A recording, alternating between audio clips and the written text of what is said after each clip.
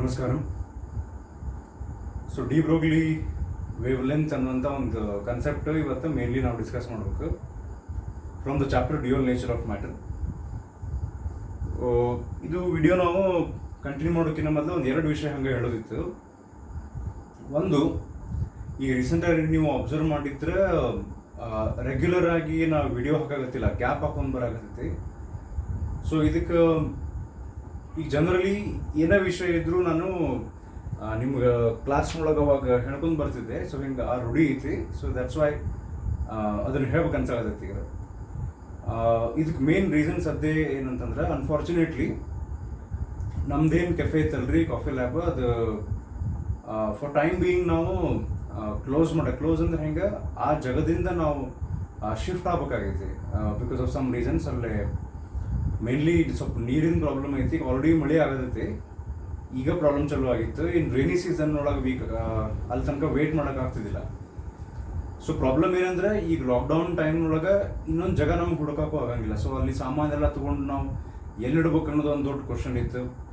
ಅದಾದಮೇಲೆ ಅಲ್ಲಿ variety of ಏನು ನಮ್ಮ ಕಡೆ ಸಾಮಾನು ಅದಾವಲ್ರಿ, ಅಲ್ಲೇ ಅದರೊಳಗೆ ಈಗ ಲೈಕ್ ಫರ್ನಿಚರ್ದವ್ರನ್ನ ಕರ್ಕೊಂಬರ್ಬೇಕು, ಅಲ್ಲಿ ತೆಗ್ಸಕ್ಕೆ ಗ್ಲಾಸ್ನವ್ರನ್ನ ಕರ್ಕೊಂಬರ್ಬೇಕು. ಲಾಕ್ಡೌನ್ ಟೈಮ್ನೊಳಗೆ ಅವ್ರನ್ನ ಹಿಡ್ಕೊಂಡು ಬಂದು ಹುಡುಕಿ, ದೆನ್ ಈಗ ಎಲೆಕ್ಟ್ರಿಷಿಯನ್ ಹಿಡ್ಕೊಂಬರ್ಬೇಕು, ವಾಶ್ ಬೇಸಿನ್ ಅಥವಾ ಪ್ಲಂಬರ್ ಹಿಡ್ಕೊಂಬರ್ಬೇಕು.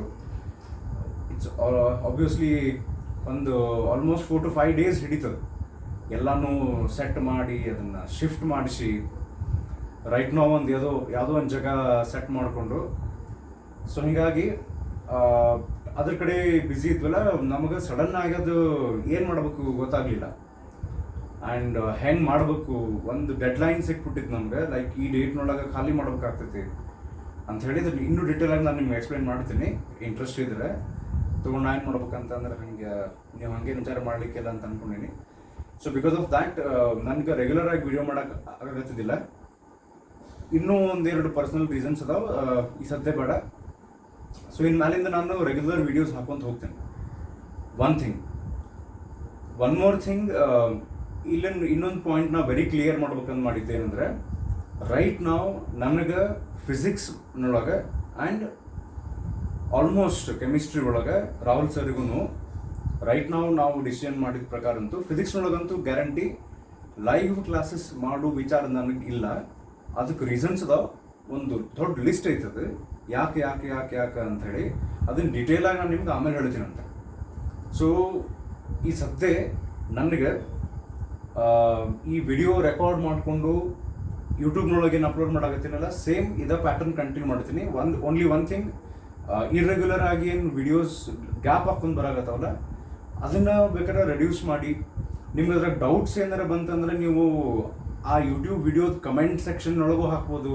ನಮ್ಮ ವಾಟ್ಸಪ್ ಗ್ರೂಪ್ ಏನು ನೀವು ಸನ್ಮಾರ್ಗಿಯನ್ಸ್ ಕ್ರಿಯೇಟ್ ಮಾಡಿಲ್ಲ ಅದರೊಳಗೂ ಹಾಕಿರುತ್ತೆ. ನನ್ನ ಪರ್ಸ್ನಲ್ ನಂಬರ್ಗೂ ಮೆಸೇಜ್ ಕಳಿಸ್ರಿ ಡೌಟ್ಸ್ ಏನಾರು ಇತ್ತಂದ್ರೆ. ಲೈವ್ ಕ್ಲಾಸ್ ಆದ್ರೆ ಇಂಟರಾಕ್ಷನ್ ಮಾಡ್ಬೋದು, ಡೌಟ್ಸ್ ಕ್ಲಿಯರ್ ಮಾಡ್ಕೊಳಕ್ಕೆ ಆಗ್ತೈತಿ ಅಂತ ಹೇಳ್ತಾರೆ. ಲೈವ್ ಕ್ಲಾಸ್ ಯಾಕೆ ಬೇಡ, ಪರ್ಟಿಕ್ಯುಲರ್ಲಿ ಫಿಸಿಕ್ಸ್ನೊಳಗೆ. ಆ್ಯಂಡ್ ನಂದು ಒಂದು ಏನು ಐಡಿಯಾ ಈ ಸದ್ಯ ಅಂದ್ಕೊಂಡು ನಾನು ಇದನ್ನೆಲ್ಲ ಮಾಡಾಕತ್ತೀನಲ್ಲ, ಅದೊಂದು ದೊಡ್ಡ ಲಿಸ್ಟ್ ಐತಿ. ಡಿಟೇಲ್ ಆಗಿ ಈಗೆಲ್ಲ ಬೇಡ, ನೀವು ಎದುರಿಗಿದ್ದಾಗ ಅದನ್ನು ಅರ್ಥ ಮಾಡ್ಸೋಕೆ ಈಸಿ ಆಗ್ತೈತಿ. ಸೊ ದ್ಯಾಟ್ಸ್ ವೈ ಅದೆಲ್ಲ ಸೈಡ್ಗಿಡ್ರನ್ನ ಅದೊಂದು ಬಗ್ಗೆ ನನಗೆ ಒಂದು ಪಾಯಿಂಟ್ ಕ್ಲಿಯರ್ ಮಾಡೋದಿತ್ತು. ಸೊ ಈಗ ಈ ಗ್ಯಾಪ್ನೊಳಗೆ ಇನ್ನೊಂದು ಏನಂದ್ರೆ, ಗ್ಯಾಪ್ ಆದಾಗ ಆಲ್ಮೋಸ್ಟ್ ಸ್ವಲ್ಪ ಜಾಸ್ತಿ ವೀವ್ಸ್ ಆಗ್ಯಾವೀಗ. ಹಿಂದಿನ ವಿಡಿಯೋಸ್ ನೋಡ್ಯಾರ. ಸೊ ಅಲ್ಲಿ ತನಕ ನೀವು ಪರ್ಫೆಕ್ಟ್ ಅದ್ದೀರಿ ಅಂತ ಅಂದ್ಕೊಂಡು, ಅಥವಾ ಅವಶ್ಯಕತೆ ಬಿದ್ದರೆ ಹಿಂದೆ ಹೋಗಿ ಎಲ್ಲಿಗಿತ್ತು ಅಂತ ನೆನ್ಪು ಮಾಡ್ಕೊಂಡು ಬೇಕಾದ್ರೆ ವಾಪಸ್ ಬರ್ಬೋದು ಈಗ.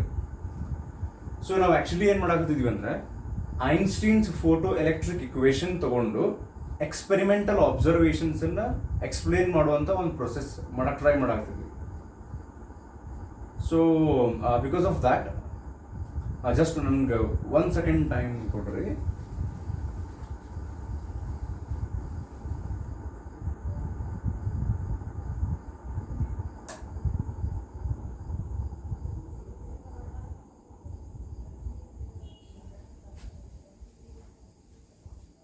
Okay, sorry for the disturbance. ಅದು ಆ್ಯಕ್ಚುಲಿ ಕ್ಯಾಮ್ರಾ ಸ್ವಲ್ಪ ಶೇಕ್ ಆಗತೈತಿ. I am not sure what is reason. ಅದನ್ನು ಆ್ಯಕ್ಚುಲಿ ಫಿಕ್ಸ್ ಮಾಡಿ ನಾವು ಒಂದು ಕಡೆ. ನೋಡ್ರಿ. So will continue. ಫ್ಯಾನ್ ಅಂತೂ ವಾರ್ಷಿನಿ, ಹೋಪ್ಫುಲಿ ಸರಿ ಆಗಬಹುದು ಅಂತ ಅನ್ಕೊಂಡಿನಿ.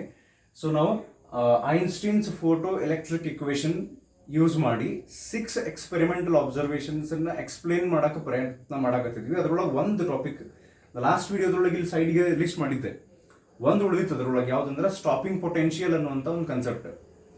ಅದನ್ನು ಈಗ ನಿಮ್ಗೆ ನೆನಪಿದ್ರೆ stopping potential it is that negative potential of the anode. Cathode anode ಅಂತ ಇರ್ತಾವೆ. ಕ್ಯಾಥೋಡಿಗೆ ಈ ಕಡೆ ಕ್ಯಾಥೋಡ್ ಇರುತ್ತೆ, ಆ್ಯನೋಡಿಗೆ ನೆಗೆಟಿವ್ ಪೊಟೆನ್ಷಿಯಲ್ ಕೊಟ್ಟು ಕ್ಯಾಥೋಡ್ನಿಂದ ಬರುವಂಥ ಎಲೆಕ್ಟ್ರಾನ್ಸನ್ನು ಕಂಪ್ಲೀಟ್ಲಿ ಸ್ಟಾಪ್ ಮಾಡುವಂಥ ಒಂದು ನೆಗೆಟಿವ್ ಪೊಟೆನ್ಷಿಯಲಿಗೆ ನಾವು ಸ್ಟಾಪಿಂಗ್ ಪೊಟೆನ್ಷಿಯಲ್ ಅಂತ ಕರಿತೀವಿ. ಸೊ ಈಗ ನಾವು ಒಂದು ಪರ್ಟಿಕ್ಯುಲರ್ ವಿಡಿಯೋದೊಳಗೆ ಹಿಂದೆ ಡಿಸ್ಕಸ್ ಮಾಡಿದ ಪ್ರಕಾರ ಈಗ ಲೈಕ್ ನೋಡ್ರಿ, ಇದು ಕ್ಯಾಥೋಡ್, ಇದು ಆ್ಯನೋಡ್, ಇಲ್ಲಿಂದ ಫೋಟಾನ್ಸ್ ಬಂದು ಇದ್ರಾಗ ಬಡಿತಾವೆ. ಹಿಂಗೆ ಎಲೆಕ್ಟ್ರಾನ್ಸ್ ಕೈನೆಟಿಕ್ ಎನರ್ಜಿದಿಂದ ಹಿಂಗೆ ಮುಂದೆ ಬರ್ತಾವೆ. ಈ ಎಲೆಕ್ಟ್ರಾನ್ಸ್ ಇಲ್ಲಿ ರೀಚ್ ಆಗ್ಲಾರ್ದಂಗೆ ಸ್ಟಾಪ್ ಮಾಡಕ್ಕಂತ ಹೇಳಿ ನಾವು ಆ್ಯನೋಡನ್ನು ನೆಗೆಟಿವ್ ಮಾಡಿ ಮೋರ್ ಆ್ಯಂಡ್ ಮೋರ್ ನೆಗೆಟಿವ್ ಮಾಡಿ ಸಫಿಷಿಯೆಂಟ್ಲಿ ನೆಗೆಟಿವ್ ಮಾಡಿದಾಗ which is called as stopping potential with symbol V0.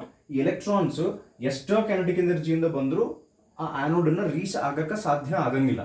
ಅದಕ್ಕೆ ನಾವು ಸ್ಟಾಪಿಂಗ್ ಪೊಟೆನ್ಷಿಯಲ್ ಅಂತ ಕರಿತೀವಿ. ಅಲ್ಲೇ ಆ ಕನ್ಸೆಪ್ಟ್ ಡಿಸ್ಕಸ್ ಮಾಡ್ಬೇಕಾದ್ರೆ ನಾವು ಒಂದು ಮಾತು ಹೇಳಿದ್ದೆ, ಏನಂದ್ರೆ ಒಂದು ಎಕ್ಸಾಂಪಲ್ ತೊಗೊಂಡಿದ್ದು ನಾವು -50 ವೋಲ್ಟ್ನಸ್ ನಾವು ಸ್ಟಾಪಿಂಗ್ ಪೊಟೆನ್ಷಿಯಲ್ ಇಟ್ಟರೆ ಇಲ್ಲಿ ಬರುವಂಥ ಎಲೆಕ್ಟ್ರಾನ್ಸ್ ಎಲ್ಲ ಸ್ಟಾಪ್ ಆಗ್ಯಾವ ಅಂತ ಅನ್ಕೋರಿ. ನೆಕ್ಸ್ಟ್ ನಾವು ಒಂದು ಕ್ವಶನ್ ಏನು ಕೇಳಿದ್ದೆ ಅಂದ್ರೆ, ನಾ -50 ವೋಲ್ಟ ಇಡ್ತೀನಿ, ಎಲೆಕ್ಟ್ರಾನ್ಸ್ ಸದ್ಯ ಆ್ಯನೋಡ್ ರೀಚ್ ಆಗಕತ್ತಿಲ್ಲ ಬಿಕಾಸ್ ಇದು ರಿಪೆಲ್ ಮಾಡಕತ್ತೈತಿ. ಆ ಸಿಚುವೇಶನ್ ಒಳಗೆ -50 ವೋಲ್ಟು ಹಂಗ ಇಟ್ಟು ವಿತೌಟ್ ಚೇಂಜಿಂಗ್ -50 ವೋಲ್ಟ್ ಈ ಎಲೆಕ್ಟ್ರಾನ್ ಅನ್ನು ಆ್ಯನೋಡ್ ರೀಚ್ ಮಾಡಿಸ್ಬೇಕು. -50 ವೋಲ್ಟ್ನೊಳಗೆ ಎಲೆಕ್ಟ್ರಾನ್ ಆ್ಯನೋಡ್ ರೀಚ್ ಆಗಂಗಿಲ್ಲ, ಯಾಕಂದ್ರೆ ರಿಪಲ್ಷನ್ ಇರ್ತೈತಿ. ಆ ರಿಪಲ್ಷನ್ ಇದ್ರೂ ಈ ಎಲೆಕ್ಟ್ರಾನ್ ಆ್ಯನೋಡನ್ನ ರೀಚ್ ಆಗು ಹಂಗೆ ಮಾಡಬೇಕು ಅಂದ್ರೆ ಅವಾಗ ನಾನು ನಿಮ್ಗೆ ಏನು ಹೇಳಿದ್ದೆ ಅಂದ್ರೆ, ಇಲ್ಲೇನು ಫೋಟಾನ್ಸ್ ಬರಾಗತ್ತಾವಲ್ಲ, ಈ ಲೈಟ್ ಇರ್ತೈತಲ್ಲ, ಈ ಲೈಟದ್ದು ಏನು ಜಾಸ್ತಿ ಮಾಡ್ಬೇಕಾಗ್ತದೆ ಗೊತ್ತಾ? ನಾವು ನಿಮ್ಗೆ ನೆನಪಿದ್ರೆ ಅರ್ಥ ಮಾಡ್ಕೊಂಡಿದ್ರೆ ಕರೆಕ್ಟಾಗಿ ಆ ಲೈಟದ್ದು ಫ್ರೀಕ್ವೆನ್ಸಿ ನಾವು ಜಾಸ್ತಿ ಮಾಡಿಬಿಟ್ರೆ ಈ ಫೋಟಾನ್ಸ್ಗಳ ಎನರ್ಜಿ ಜಾಸ್ತಿ ಆಗಿ ಇಂಟರ್ನ್ ಈ ಎಲೆಕ್ಟ್ರಾನಿಕ್ ಅವು ಏನು ಟ್ರಾನ್ಸ್ಫರ್ ಮಾಡ್ತಾವಲ್ಲ ಅದು ಜಾಸ್ತಿ ಆಗಿ ಕೈನೆಟಿಕ್ ಎನರ್ಜಿ ಹೆಚ್ಚಿಗೆ ಆಗಿ ಅವು ಜೋರಾಗಿ ಬಂದು ಆ -50 ವೋಲ್ಟನ್ನು ಓವರ್ಕಮ್ ಮಾಡಿ ಆ್ಯನೋಡ್ ರೀಚ್ ಆಗ್ಬಿಡ್ತಾವೆ. ಸೊ ಅವಾಗ ನಾವು ಫ್ರೀಕ್ವೆನ್ಸಿ ಹೆಚ್ಚಿಗೆ ಮಾಡೀವಿ ಅಂತ ಕೂರಿ, ಫ್ರೀಕ್ವೆನ್ಸಿ ಇನ್ಕ್ರೀಸ್ ಮಾಡೀವಿ. ಇಲೆಕ್ಟ್ರಾನ್ಸ್ ಹೈಯರ್ ಕೈನೆಟಿಕ್ ಎನರ್ಜಿಯಿಂದ ಬಂದು ಆ್ಯನೋಡ್ಗೆ -50 ವೋಲ್ಟ್ ಇದ್ರೂ ಅದನ್ನು ರಿಪೆಲ್ ಓವರ್ಕಮ್ ಮಾಡಿ ಅಲ್ಲಿ ರೀಚ್ ಆಗತ್ತಾವೆ. ಈಗ ಒಂದೇನೋ ನಾವು ಹೇಳಿದ್ವಿ ಅಂದ್ರೆ, ಇಲ್ಲ -50 ವೋಲ್ಟ್ ಇದ್ದದ್ದು ನಾವು ಸ್ಟಾಪಿಂಗ್ ಪೊಟೆನ್ಷಿಯಲ್ ವ್ಯಾಲ್ಯೂ ಚೇಂಜ್ ಮಾಡಿ ಏನು ತಗೋಬೇಕು ಅಂದ್ರೆ, ಏನಾಗೋ ಹಂಗೆ ನೋಡ್ಕೋಬೇಕು ಅಂದ್ರೆ, ಈ ಫ್ರೀಕ್ವೆನ್ಸಿ ಜಾಸ್ತಿ ಮಾಡಿದ್ದಕ್ಕೆ ನಾವು ಹೆಚ್ಚಿಗೆ ಕೈನೆಟಿಕ್ ಎನರ್ಜಿ ತಗೊಂಡು ಬರಾಕತ್ತಾವಲ್ಲ ಎಲೆಕ್ಟ್ರಾನ್, ಅದನ್ನು ಸ್ಟಾಪ್ ಮಾಡೋದು.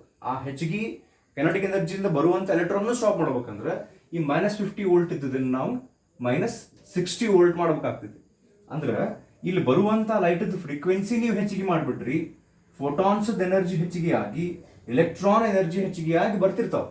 ಆ ಹೆಚ್ಚಿಗೆ ಎನರ್ಜಿಯಿಂದ ಬರುವಂಥ ಎಲೆಕ್ಟ್ರಾನ್ ಸ್ಟಾಪ್ ಮಾಡ್ಬೇಕಂದ್ರೆ ಇನ್ನೂ ನೆಗೆಟಿವ್ ಮಾಡ್ಬೇಕಾಗ್ತೈತಿ.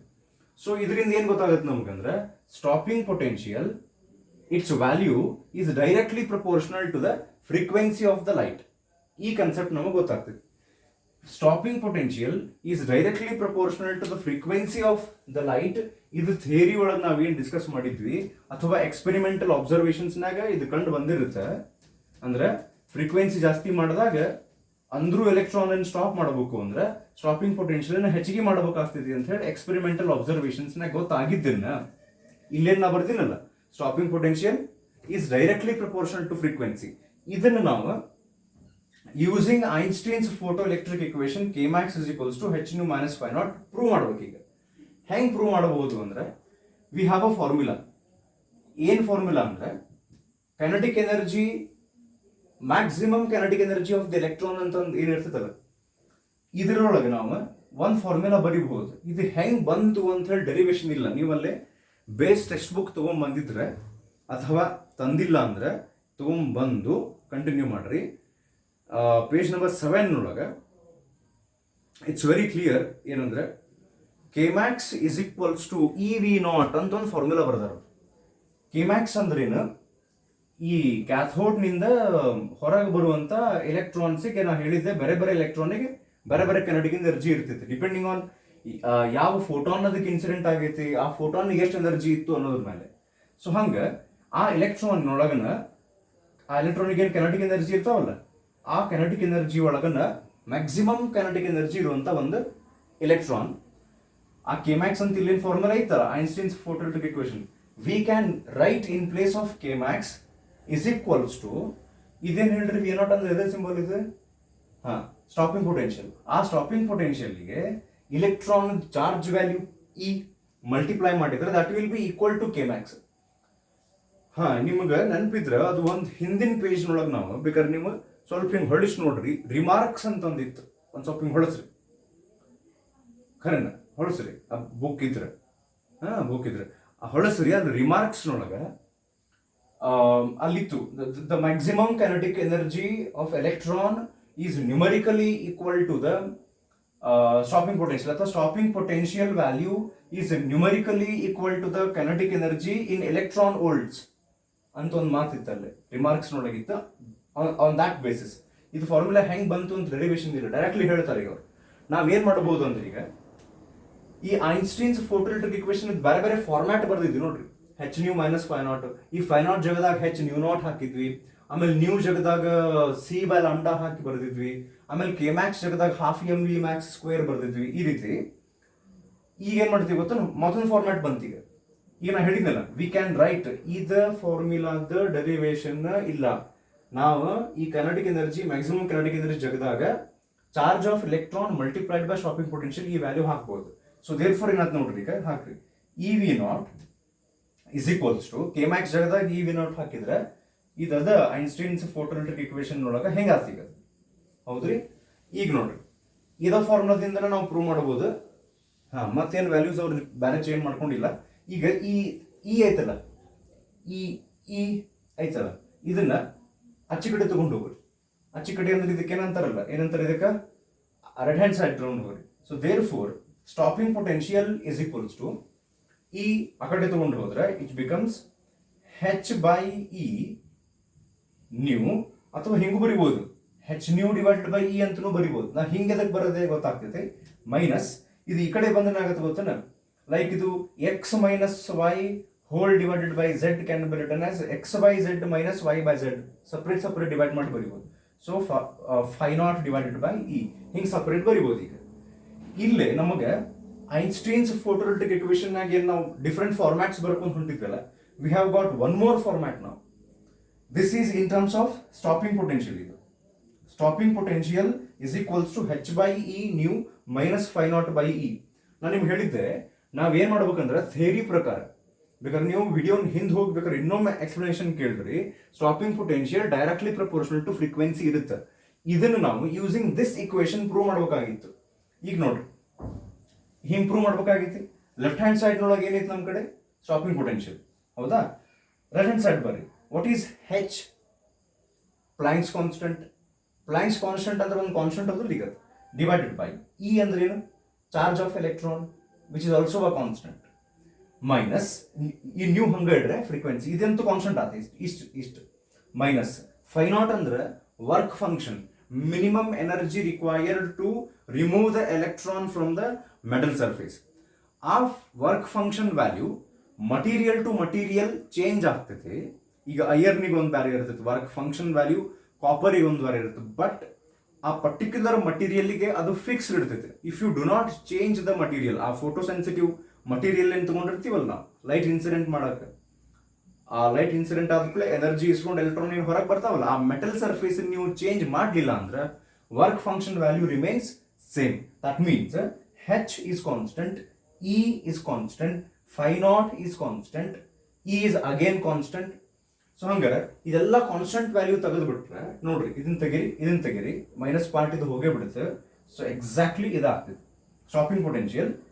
ಕಾನ್ಸ್ಟೆಂಟ್ಸ್ ತೆಗೆದುಕೊಳ್ಳಿ ನಾವಲ್ಲೇ ಈಗ ಸಾಲಾಗಂದನೇ ಹೇಳ್ಕೊಂತ ಬಂದಿರ್ತಾರೆ ನೀವು, ಪ್ರಪೋರ್ಷನಾಲಿಟಿ ಸಿಂಬಲ್ ತೆಗೆದ್ರೆ ಕಾನ್ಸ್ಟೆಂಟ್ ಹಾಕ್ಬೋದಲ್ಲ, ಈ ತೆಗೆದುಕೊಳ್ಳಿ ಕಾನ್ಸ್ಟೆಂಟ್ ಬರುತ್ತೆ, ಕಾನ್ಸ್ಟೆಂಟ್ ತೆಗೆದು ಪ್ರಪೋರ್ಷನಾಲಿಟಿ ಸಿಂಬಲ್ ಹಾಕ್ಬೋದು. So we proved that stopping potential is directly proportional to frequency. ಇದೇನು ಥಿಯರಿ ಒಳಗಿತ್ತು, ಎಕ್ಸ್ಪೆರಿಮೆಂಟಲ್ ಅಬ್ಸರ್ವೇಷನ್ಸ್ ನೊಳಗಿತ್ತು.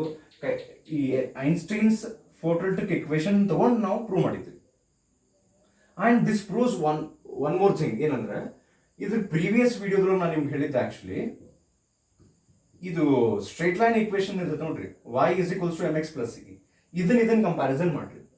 y ಆಕ್ಸಿಸ್ ನೊಳಗೆ ನೀವು ಸ್ಟಾಪಿಂಗ್ ಪೊಟೆನ್ಷಿಯಲ್ ತಗೊಂಡ್ರೆ ಅಂದ್ರೆ ಇದು ಕ್ಯಾಥೋಡ್ ಆನೋಡ್ ಇರ್ತಾವಲ್ಲಿ, ಇದು ತಗೊಂಡು ಈ ಎಲೆಕ್ಟ್ರಾನಿಗೆ ಎನರ್ಜಿ ಸಪ್ಲೈ ಮಾಡಿ ಆನೋಡ್ ಅನ್ನು ನೆಗೆಟಿವ್ ಮಾಡಿಕೊಂಡು ಇದ್ರ ಸ್ಟಾಪಿಂಗ್ ಪೊಟೆನ್ಷಿಯಲ್ ವ್ಯಾಲ್ಯೂ -50 ವೋಲ್ಟ್ ಅವೆಲ್ಲ ತಗೊಂಡು ನೀವೊಂದು ಗ್ರಾಫ್ ಹಾಕಿದ್ರಿ ಅಂತ ತಿಳ್ಕೊರಿ, such that stopping potential values are along y axis, frequency is along x axis, then ಇದು y intercept ಆಗ್ತೈತಿ, ಸ್ಲೋಪ್ ಜಗದಾಗ ಏನು ಉಳಿತು h/e. ಸೊ ಇದು ನೀವು ಇದು ಸ್ಟ್ರೇಟ್ ಲೈನ್ ಇಕ್ವೇಶನ್ ಗೆ ಮ್ಯಾಚ್ ಆಗ್ತೈತಿ ಅಂದ್ರೆ definitely this indicates that if you take a graph of stopping potential along y axis and frequency along x axis, ಇದೇನ್ ಇಕ್ವೇಶನ್ ಐತಲ್ಲ, as this resembles a straight line equation, straight line ಬರ್ತೈತಿ ಅಂತ ಹೇಳ್ತೈತಿ. ಈಗ ಈ formula straight line equation ಗತೆ ಐತಿ ಅಂದ್ರೆ ಇದ್ರದ್ದು ಗ್ರಾಫ್ ನಾವು ಹಾಕಿದ್ರೆ ಇದನ್ನ y ಇದನ್ನ x ಆಕ್ಸಿಸ್ ನ ತಗೊಂಡ್ರೆ ಸ್ಟ್ರೇಟ್ ಲೈನ್ ಬರ್ತೈತಿ ಅಂತ ಇಂಡಿಕೇಟ್ ಮಾಡುತ್ತೆ.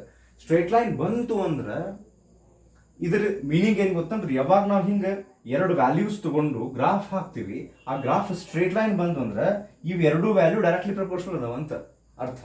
ಸೊ ಒನ್ಸ್ ಅಗೇನ್ ಆ ಗ್ರಾಫ್ ಮುಖಾಂತರನು ನಾವು ಇದನ್ನ ಈ ಫಾರ್ಮ್ಯಾಟ್ ನೊಳಗೆ ಐತೆ ಅಂತ ಹೇಳಿ h/e is the slope, this resembles a straight line, that indicates that stopping potential is once again directly proportional to frequency ಅಂತ ಪ್ರೂವ್ ಮಾಡಬಹುದು. ಸೊ ದಿಸ್ ಈಸ್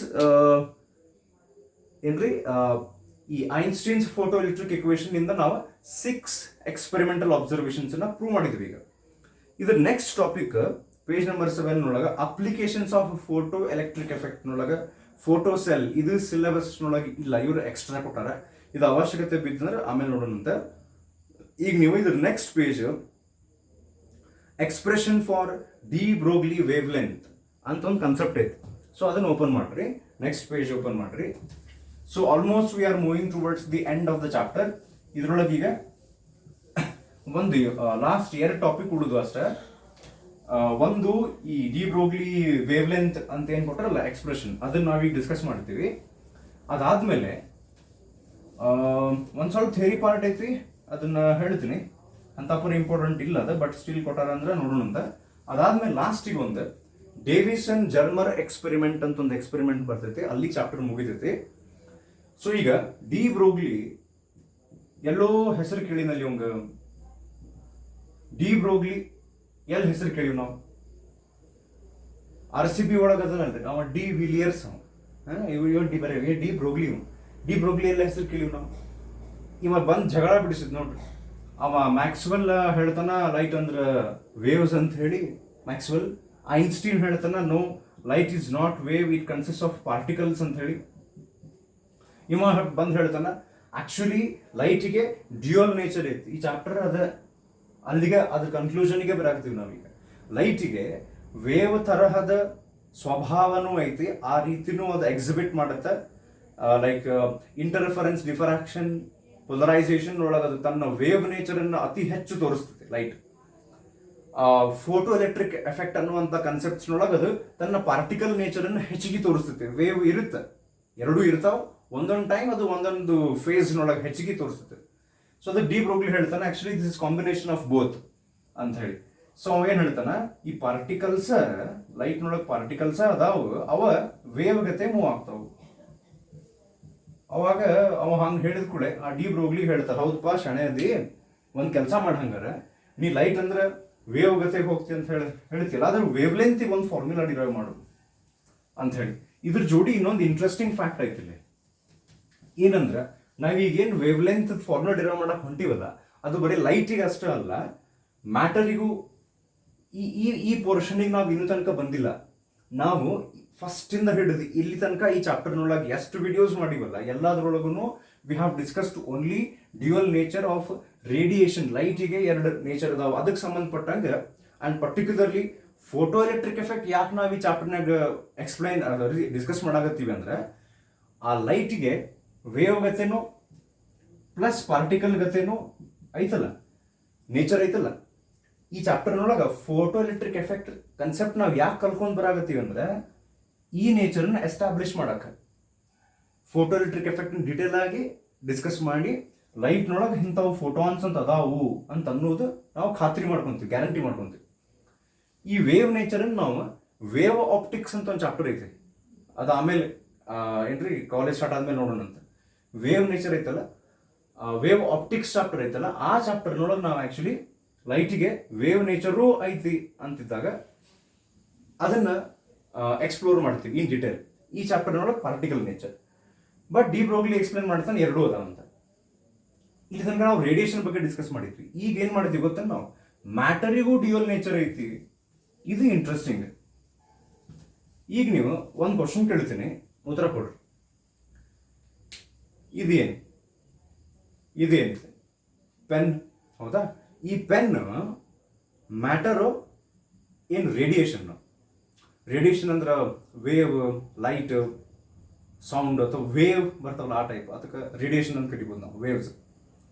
ಇದೊಂದು ವೇವ್ ಅಂದ್ರೆ ಪೆನ್ ವೇವ್ ಮ್ಯಾಟರ್ ಹೌದಿಲ್ಲ? ಹಾಂ. ಈಗ ಈ ಮ್ಯಾಟರಿಗೆ ಡ್ಯೂಯಲ್ ನೇಚರ್ ಇರ್ತೈತಿ ಅಂತ ಹೇಳ್ತಾನೆ ನಾವು. ಅದು ಮ್ಯಾಟರ್ ಗತೆನೂ ಬಿಹೇವ್ ಆಗ್ತೈತಿ, ರೇಡಿಯೇಷನ್ ಗತೆನೂ ಬಿಹೇವ್. ಈಗ ಒಂದು ಕ್ವಶನ್ ಕೇಳ್ತೀನಿ, ಆನ್ಸರ್ ಮಾಡ್ರಿ. ನನ್ನ ಕಡೆ ಒಂದು ಗನ್ ಐತಿ, ಈಗ ಗನ್, ಇದರೊಳಗೆ ಬುಲೆಟ್ ಹಾಕಿ ನಾ ಫೈರ್ ಮಾಡಿದೆ ಅಂದರೆ ಆ ಬುಲೆಟ್ ಮೂವ್ ಆಗ್ತಂತಿ ಕೊರಿಗೆ. ಓಕೆ, ಇದು ಬುಲೆಟ್ ಅಂತ ಅನ್ಕೋಬೇಕ. ಸೊ ಇದು ಹಿಂಗೆ ಹೊಂಟಿದೆ ಅಂತ ಕೊರಿ, ಫೈರ್ ಮಾಡಿವಿ, ದ ಬುಲೆಟ್ ಈಸ್ ಮೂವಿಂಗ್. ಈಗ ನೀವು ವಿಚಾರ ಮಾಡಿ ಹೇಳ್ರಿ, ಆ ಬುಲೆಟ್ ಸ್ಟ್ರೇಟ್ ಮೂವ್ ಆಗ್ತೈತೆ ಏನು ಹಿಂಗೆ ಹೋಗ್ತದೆ, ವೇವ್ ಹೋಗುತ್ತೆ? ಹಾಂ. ಈಗ ನೀವು ಬಹಳಷ್ಟು ಜನ ಏನು ಅಂದಿರ್ತೀರಿ, ಇಲ್ಲಿ ಸರ ಸ್ಟ್ರೇಟ್ ಹೋಗ್ತೈತೆ ಬುಲೆಟ್. ಆ್ಯಕ್ಚುಲಿ ಅಲ್ಲ, ಬುಲೆಟ್ ವೇವ್ ಗತೆ ಹೋಗ್ತದೆ. ನೀವು ವಿಚಾರ ಮಾಡ್ತಿರ್ಬೋದಾ, ತಲೆ ಕೆಟ್ಟೈತಿ ಮಾಸ್ತರಿಗೆ ಲಾಕ್ಡೌನ್ನಾಗ ಅಂತೇಳಿ. ಇಲ್ಲ, ವೇವ್ ಗತೆನೇ ಹೋಗ್ತೈತೆ. ಹೋಗ್ಲಿ, ಬುಲೆಟ್ ಬಿಟ್ಬಿಡ್ರಿ, ನೀವು ಓಡಾಕತ್ತೀರಿ ಅಂತಿಕೋರಿ, ಲಾಕ್ಡೌನ್ ಮುಗೀತೀಗ ಅಂತ ಹೇಳಿದ್ರಿ ಅಂತಿಕೋರಿ, ಹೊರಗೆ ಓಡಿ ಹೊಂಟ್ರು, ಈಗ ಆಲ್ರೆಡಿ ಹೊರಗೆ ಅಡ್ಡಾಡಕತ್ತಾರ, ನೀವು ಓಡಿ ಹೊಂಟ್ರಿ ಅಂತಿಕೋರಿ. ಸೊ ನೀವು ಓಡಿ ಹೋಗ್ಬೇಕಾರೆ ಸ್ಟ್ರೇಟ್ ಓಡ್ತೀರ, ಹಿಂಗೆ ಓಡ್ತೀರಿ, ವೇವ್ ಗತೆ ಹಿಂಗೆ.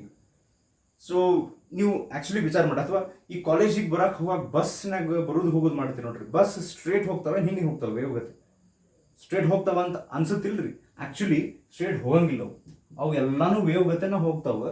ಆದ್ರೆ ಅದ್ರ ವೇವ್ ಲೆಂತ್ ಭಾಳ ಕಡಿಮೆ ಇರ್ತೈತಿ, ಭಾಳ ಸಣ್ಣ ವೇವ್ ಇರುತ್ತೆ, ವೇವ್ ಲೆಂತ್ ಭಾಳ ಕಡಿಮೆ ಇರುತ್ತೆ. ಹೀಗಾಗಿ ನಮಗೆ ಕ್ಲಿಯರಾಗಿ ಕಾಣಿಸಂಗಿಲ್ಲ. ಹೌದು, ನಂಬಕ್ ಇದ್ರ ಬಗ್ಗೆ ಮತ್ತೆ ಡಿಟೇಲ್ ಆಗಿ ಹೇಳ್ತೀನಿ. ಇದಕ್ಕೆ ಎಕ್ಸಾಂಪಲ್ಸ್ ಅದಾವ, ವೇವ್ ಗತೆ ಮೂವ್ ಆಗೋದನ್ನ ಎಕ್ಸ್ಪೆರಿಮೆಂಟಲಿ ಪ್ರೂವ್ ಮಾಡ್ತಾರೆ ಮುಂದೆ, ಖಾಲಿ ಪಾಲ್ತು ಅಲ್ಲ. ಸೊ ಈಗ ಅವ ಡಿ ಬ್ರೋಗ್ಲಿ ಏನು ಹೇಳಾಕತ್ತಾನ ಕರೆಕ್ಟ್ ಅರ್ಥ ಮಾಡ್ಕೊರಿ. ಒಂದು ಲೈಟ್, ಇನ್ನೊಂದು ಮ್ಯಾಟರ್. ಲೈಟಿಗೂ ಡ್ಯೂಯಲ್ ನೇಚರ್ ಐತಿ, ಒಂದು ವೇವ್ ಗತೆ, ಒಂದು ಪಾರ್ಟಿಕಲ್ ಗತೆ. ಇದೇನಿದೆ? Light has two nature, one wave, ಇನ್ನೊಂದು ಪಾರ್ಟಿಕಲ್. ಜನರಲಿ ಲೈಟ್ದು ವೇವ್ ನೇಚರ್ ಈಸಿಯಾಗಿ ಕಂಡು ಬರ್ತೈತಿ, ಮ್ಯಾಟರ್ ಈಸಿಯಾಗಿ ಕಂಡು ಬರಂಗಿಲ್ಲ. ಅದಕ್ಕೆ ಫೋಟೋ ಎಲೆಕ್ಟ್ರಿಕ್ ಎಫೆಕ್ಟ್ನೊಳಗೆ ಗೊತ್ತಾಗುತ್ತೆ. ನೆಕ್ಸ್ಟ್ ಮ್ಯಾಟರ್ ಫಾರ್ ಎಕ್ಸಾಂಪಲ್ ನಾ ಈಗ ತೊಗೊಂಡಿದ್ದೆ ಯಾವುದು? ಪೆನ್. ನಮಗೆ ಗೊತ್ತು ಪೆನ್ ಅನ್ನೋದೊಂದು ಮ್ಯಾಟರ್, ಅದೊಂದು ಪಾರ್ಟಿಕಲ್ ಅದು. ಆದ್ರೆ ಇವ ಹೇಳ್ತಾನ ಪೆನ್ನಿಗೆ, ಮ್ಯಾಟರಿಗೆ ಈ ನೇಚರು ಐತಿ, ಯಾವುದು? ವೇವ್. ಈ ಲಕ್ಷ ಕೊಡ್ರಿ, ಲೈಟಿಗೆ ಎರಡು ನೇಚರ್, ಒಂದು ವೇವ್ ಗತೆ, ಒಂದು ಪಾರ್ಟಿಕಲ್ ಗತೆ. ಲೈಟ್ ಬಿಟ್ಟು ಉಳ್ಕಿದೆಲ್ಲ ಮ್ಯಾಟರ್ ಇರ್ತಾವಲ್ಲ, ಡಸ್ಟರು, ಪೆನ್ನು, ನಾವು ನೀವೆಲ್ಲ ಸೇರಿ, ಇವಕ್ಕೂ ಇದು ಪಾರ್ಟಿಕಲ್ ಅಂತೂ ಹೌದು, ಅದಕ್ಕೆ ವೇವ್ ನೇಚರ್ ಇರ್ತದೆ. ಲೈಟು ಖರೆನ ವೇವ್, ಅದಕ್ಕೆ ಮ್ಯಾಟರ್ ನೇಚರ್ ಇರ್ತದೆ. ಮ್ಯಾಟರು ಪಾರ್ಟಿಕಲ್, ಅದನ್ನ ಮ್ಯಾಟರ್ ಅದಕ್ಕೆ ವೇವ್ ನೇಚರ್ ಇರ್ತದೆ. ಸೊ ಅದಕ್ಕೆ ಏನಂತಾರೆ ಗೊತ್ತಾ? Dual nature of matter, dual nature of radiation ಅಂದ್ರೆ ಲೈಟ್. ಈಗ ಈ ಡಿ ಬ್ರೋಗ್ಲಿ ಹೇಳಿದ್ನಲ್ಲ, ಮ್ಯಾಟರ್ಗೆ ವೇವ್ ಗತೆ ನೇಚರ್ ಇರ್ತೈತಿ, ಮ್ಯಾಟರು ಅಂದ್ರೆ ಈಗ ಒಂದು ಬುಲೆಟ್ನ ಹಿಂಗೆ ಫೈರ್ ಮಾಡಿದ್ರೆ ಸ್ಟ್ರೇಟ್ ಹೋಗಂಗಿಲ್ಲ, ವೇವ್ ಗತೆ ಹೋಗ್ತೈತಿ ಅಂತ ಯಾರು ಹೇಳಿದ್ರು? D Broglie. ಅವಾಗ ಅವಂಗ ಆತಪ್ಪ, ಹಂಗಾರ ನೀನು ಮ್ಯಾಟರ್ ಈಗ ಲೈಕ್ ಬುಲೆಟ್ ಹಿಂಗೆ ಸ್ಟ್ರೇಟ್ ಹೋಗಂಗಿಲ್ಲ, ವೇವ್ ಗತೆ ಹೋಗ್ತೈತಿ ಅಂತ ಹೇಳ್ತೀಯಲ್ಲ, ಅವಾಗ ಈ ಬುಲೆಟ್ ಮೂವ್ ಆಗೋಬೇಕಾರೆ ಅದೇನು ವೇವ್ ಗತೆ ಹೋಗ್ತೈತಿ ಅಂತ ನೀ ಅಂತೀಯಲ್ಲ, ಆ ವೇವಿಗೆ ಒಂದು ಹಂಗ ರೀತಿ ಇರ್ಬೇಕಲ್ಲ, ಏನಿದು ವೇವ್ ಲೆಂತ್ ಇರ್ಬೇಕಲ್ಲ, ಅದಕ್ಕೊಂದು ಫಾರ್ಮುಲಾ ಕೊಡು ಅಂತ ಹೇಳ್ತಾರೆ ನಾವು. ಕೇಳ್ತಾರೆ ಅವ್ನು ಯಾರಿಗೆ ಡಿ ಬ್ರೋಗ್ಲಿಗೆ. ಇನ್ನೊಂದು ಕ್ಲಿಯರ್ ಆಗಿ ಅರ್ಥ ಮಾಡ್ಕೊರಿ, ನಾವು ಅನ್ಕೊಂಡಿದ್ವಿ ಬುಲೆಟ್ ಯಾವಾಗಲೂ ಸ್ಟ್ರೇಟ್ ಹೋಗ್ತೈತಿ, ನಾವು ಓಡಿದ್ರೆ ಸ್ಟ್ರೇಟ್ ಹೋಗ್ತೀವಿ. ಆ್ಯಕ್ಚುಲಿ ನಾವು ವೇವ್ ಗತೆ ಹೋಗ್ತೀವಿ, ಆದ್ರೆ ನಮಗದು ಕಂಡು ಬರಂಗಿಲ್ಲ, ಎಕ್ಸ್ಪೀರಿಯನ್ಸ್ ಒಳಗೆ ಬರಂಗಿಲ್ಲ. ಯಾಕಪ್ಪ ಅಂದ್ರೆ ಅದು ಆಮೇಲೆ ಬರುತ್ತೆ, ಡಿಸ್ಕಸ್ ಮಾಡೋಣ ಅಂತ. ಸೊ ಬುಲೆಟ್ ಸ್ಟ್ರೇಟ್ ಹೋಗ್ತೈತಿ ಅಂತ ನಾವು ಅನ್ಕೊಂಡಿದ್ವಿ, ಅಲ್ಲ ಅದು ವೇವ್ ಗತೆ ಹೋಗುತ್ತೆ ಅಂತ ಈ ಮಾಸ್ತರ್ ಹೇಳಾಕತ್ತಾರ. ಯಾರು ಡಿ ಬ್ರೋಗ್ಲಿ. ಅವ್ನು ಕೇಳಾಕತ್ತಾರೆ ಏನಂತ, ಆತ್ಪ ಹಂಗಾರೆ ಅದರದ್ದು ವೇವ್ ಲೆಂತ್ ಕ್ಯಾಲ್ಕುಲೇಟ್ ಮಾಡಂತ. ಈಗ ಇದಕ್ಕೆ ಒಂದು ಕ್ಯಾಲ್ಕುಲೇಷನ್ ಮಾಡಿ ನಾವು ಒಂದು ಫಾರ್ಮುಲಾ ಡಿರೈವ್ ಮಾಡ್ತೀನಿ. ಈ ಫಾರ್ಮುಲಾ ಇವ್ರೇನು expression of de Broglie wavelength ಅಂತ ಹೇಳಿ ನೆಕ್ಸ್ಟ್ ಪೇಜ್ನೊಳಗೆ ಇಲ್ಲೇ ಎಕ್ಸ್ಪ್ಲೇನ್ ಮಾಡಲ್ಲ, ಅದು ಬೇಡ. ನಾ ಇಲ್ಲೊಂದು ಕ್ಯಾಲ್ಕುಲೇಷನ್ ಮಾಡಿ ಎಕ್ಸ್ಪ್ಲೇನ್ ಮಾಡ್ತೀನಿ. ಈಗ ಅದನ್ನ ನೀವು ವಿಡಿಯೋ ಪಾಸ್ ಮಾಡಿ ಲಾಸ್ಟಿಗೆ ಇದನ್ನು ಬರ್ಕೋಬೇಕು. ಅಲ್ಲೇ ಅವ್ರು ಕೊಟ್ಟಿದ್ದ ಕ್ಯಾಲ್ಕುಲೇಷನ್ ಸ್ವಲ್ಪ ಕಾಂಪ್ಲಿಕೇಟೆಡ್ ಐತಿ, ಸ್ವಲ್ಪ ಈಸಿ ಮಾಡಿ ಹೇಳ್ತೀನಿ ನಾನು. ಈಗ ನೋಡ್ರಿ,